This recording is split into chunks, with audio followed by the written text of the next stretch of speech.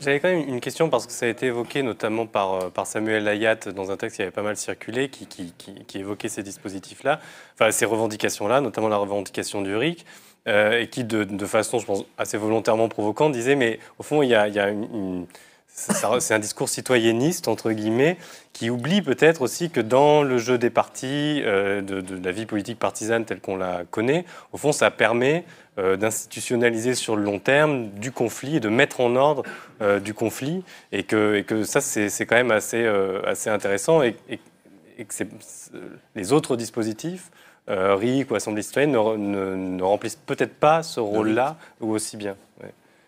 Bah, je peux. Je veux dire, là, c'était dans mon texte, il y avait un deuxième point sur la volonté du peuple, parce que là, on fait des raccourcis, volonté du peuple, démocratie directe.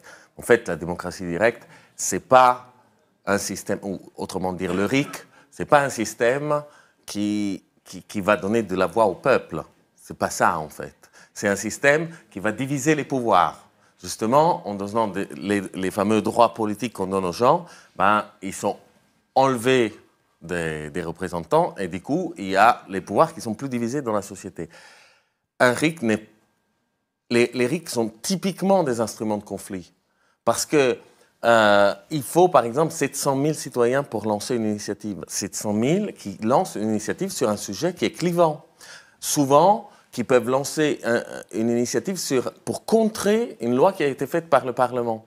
Donc évidemment, les gens s'opposent. C'est juste une procédure qui est très précise parce que ça permet de savoir qui a le droit de proposer 700 000, quelqu'un dont la proposition a 700 000, enfin en France, 100 000 en Suisse, qui a le droit, quelle proposition va être acceptée quand on a 51%. Donc c'est typiquement une procédure qui permet de solutionner les conflits de façon pacifique, qui est par ailleurs la définition de la démocratie. Mais les exprimer quand même. Mais les exprimer. Si je peux ajouter juste, la première chose qui se passe, parce qu'on a un peu vécu ça à Grenoble, qui avait un pré-RIC, la première chose que les élus ont peur, c'est qu'on leur fait un RIC contre eux. Donc c'est vraiment le conflit qu'ils ont peur. C'est une manière de mettre le conflit dans la législation plutôt que dans la rue.